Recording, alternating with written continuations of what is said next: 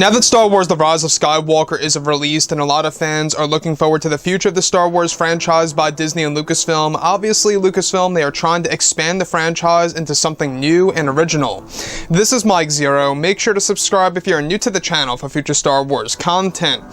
Now, in case you guys missed it, a couple of days ago we talked about the Star Wars universe and how it's really going to evolve starting this March of 2020, which the base for this new universe is going to start all with The Rise of Skywalker's novelization, and then moving on forward from that point on, we're going to have a lot of books, novels, comics, TV shows, movies to come in the future throughout this entire decade of the 2020s. That's going to create a brand new expanded universe for the Star Wars franchise. And let me say something, it is a very interesting time because basically we are now living in the time similar to what the old Star Wars fans lived through back in the 1980s after the release of Return of the Jedi, where they started the new universe with comics, books, games, you name it. Same exact scenario is happening here by Disney and Lucasfilm. Now, with that being said, we do know that Disney Plus is the future for Star Wars. However, it's not going to be their only future. Of course, they're going to still continue on with Star Wars movies, such as the new trilogy of films, and even future spin-off movies as well to fill in the void. Now, these new Star Wars shows and these new movies are going to be a part of the evolving Star Wars universe that's going to be modeled after the MCU, which is something that a lot of fans have a lot of different opinions on. Now, what's actually really intriguing is that it said that both Disney and Lucasfilm are currently developing their brand new Star Wars universe that will take some Star Wars fans into a different mythology of Star Wars, where it's noted that this ranges from books, novels, comics, TV shows, and even movies that will all connect to each other just like the MCU. However, Disney and Lucasfilm are said to have over 10 years worth of live-action TV series that they are currently working on in order to make Disney Plus the home of a library's worth of Star Wars-related content. It said that not only are they developing a Star Wars Rebels sequel series, but also a Star Wars The Rise of Skywalker sequel series that is said to be in animated form that will tell new tales about the sequel trilogy-oriented characters like Rey, Finn, Poe, and others, and that the animated style is planned to be similar to the Clone Wars Season 7, which is due for release this February on Disney+. It said that this new series that is in early development is mapped out to be released sometime after the first film of the new trilogy to make the way for the second film of the new trilogy more entertaining.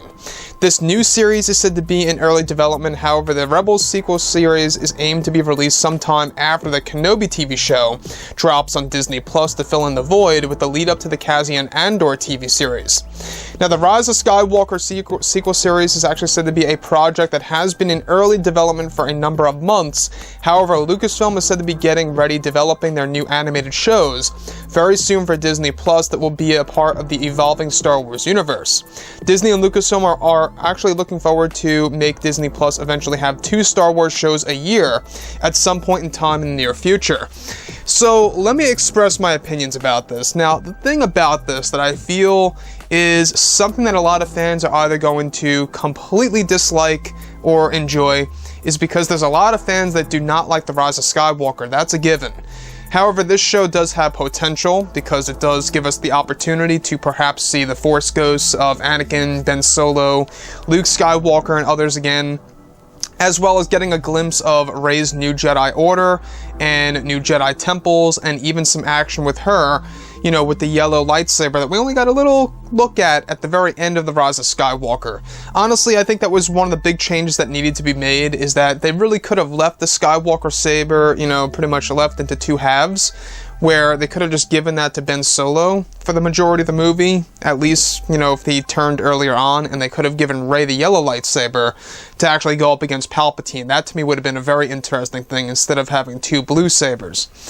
So, the thing about this, though, is that this sequel series of The Rise of Skywalker that they're trying to do, that they're actually in early development for, is of course going to be in animated form, similar to the animation style of the Clone Wars Season 7, which, by the way, I cannot wait. It's due for release next month of February. Just around the corner on Disney Plus, we're going to get new material related to Anakin, Obi-Wan, tons of new Star Wars lore to discuss. It's going to be a fun time.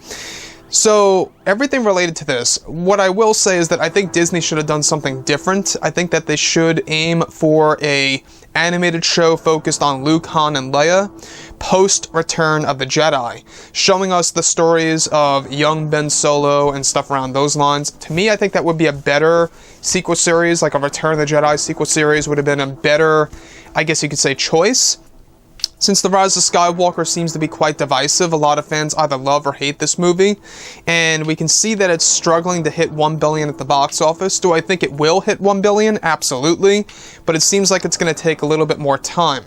So, like I said, guys, Disney Plus, it's a big deal. It's the home of animated and live-action TV shows. They even plan to have 2 TV shows eventually release a year in the near future. However, they don't plan to even release the sequel series until sometime, around the release of the first film of the new trilogy. So, looking forward to that as well, to see exactly what it's going to look like. Hopefully, it'll be good. We'll have to just wait and see. So anyways, guys, drop a comment below. Let me know what you think about all of this in the comments. And if you guys did enjoy the content for today, do make sure to drop a thumbs up on this video to support the channel. I thank you all so very much for the kind support, and I'll catch you guys next time.